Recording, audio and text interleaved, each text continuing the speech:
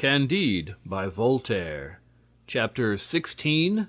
Adventures of the Two Travelers, with Two Girls, Two Monkeys, and the Savages called Oreillons.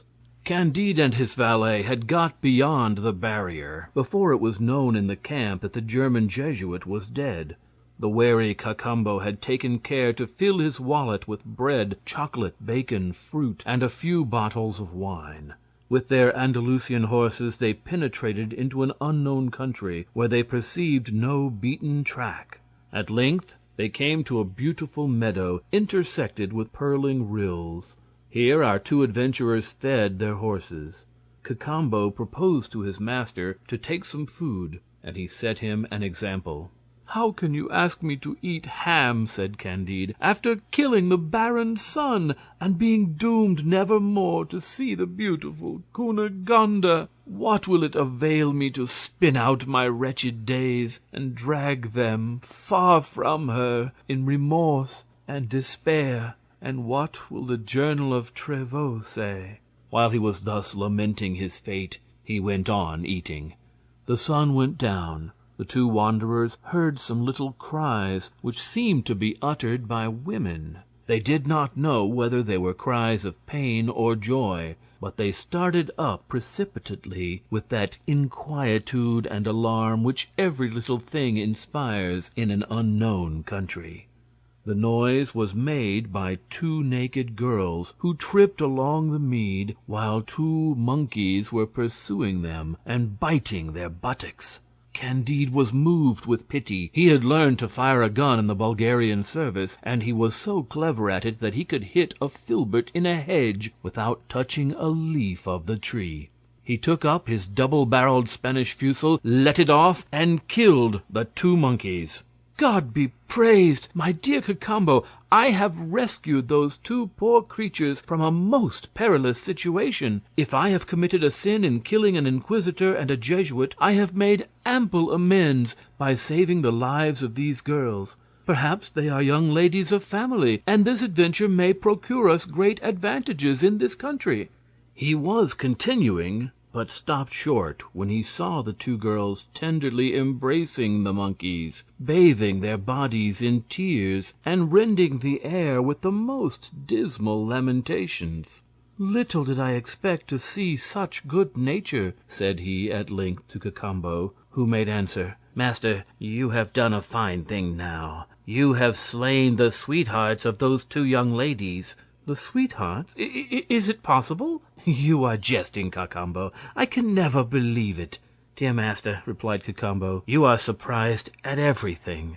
Why should you think it so strange that in some countries there are monkeys which insinuate themselves into the good graces of the ladies? They are a fourth part human, as I am a fourth part Spaniard." "Alas!" replied Candide, "I remember to have heard Master Pangloss say that formerly such accidents used to happen, that these mixtures were productive of centaurs, fauns, and satyrs, and that many of the ancients had seen such monsters. But I looked upon the whole as fabulous."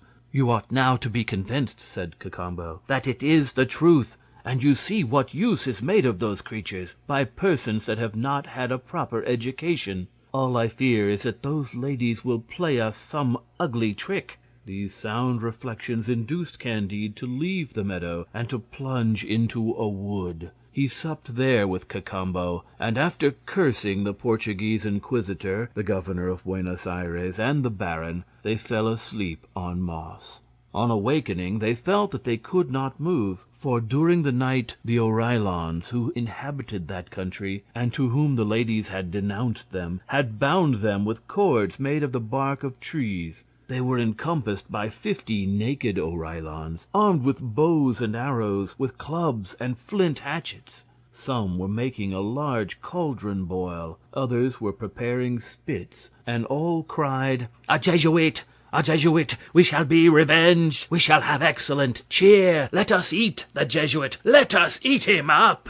"I told you, my dear master," cried Cacambo sadly, "that those two girls would play us some ugly trick." Candide, seeing the cauldron and the spits, cried, "We are certainly going to be either roasted or boiled." Ah, what would Master Pangloss say, were he to see how pure nature is formed? Everything is right, may be, but I declare it is very hard to have lost Miss Cunegonde, and to be put on a spit by Oreillons. Cacambo never lost his head.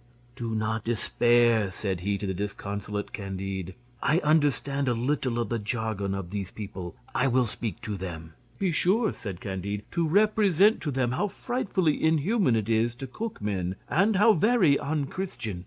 Gentlemen, said Cacambo, you reckon you are today going to feast upon a Jesuit. It is all very well. Nothing is more unjust than thus to treat your enemies. Indeed, the law of nature teaches us to kill our neighbor, and such is the practice all over the world. If we do not accustom ourselves to eating them, it is because we have better fare. But you have not the same resources as we. Certainly it is much better to devour your enemies than to resign to the crows and rooks the fruits of your victory. But, gentlemen, surely you would not choose to eat your friends. You believe that you are going to spit a Jesuit, and he is your defender. It is the enemy of your enemies that you are going to roast. As for myself, I was born in your country. This gentleman is my master, and, far from being a Jesuit, he has just killed one whose spoils he wears. And thence comes your mistake. To convince you of the truth of what I say, take his habit, and carry it to the first barrier of the Jesuit kingdom, and inform yourselves whether my master did not kill a Jesuit officer. It will not take you long, and you can always eat us if you find that I have lied to you. But I have told the truth. You are too well acquainted with the principles of public law, humanity, and justice, not to pardon us. The Oreillons found this speech very reasonable. They deputed 2 of their principal people with all expedition to inquire into the truth of the matter. These executed their commission like men of sense, and soon returned with good news. The Oreillons untied their prisoners, showed them all sorts of civilities, offered them girls, gave them refreshment, and reconducted them to the confines of their territories, proclaiming with great joy, "He is no Jesuit! He is no Jesuit!" Candide could not help being surprised at the cause of his deliverance.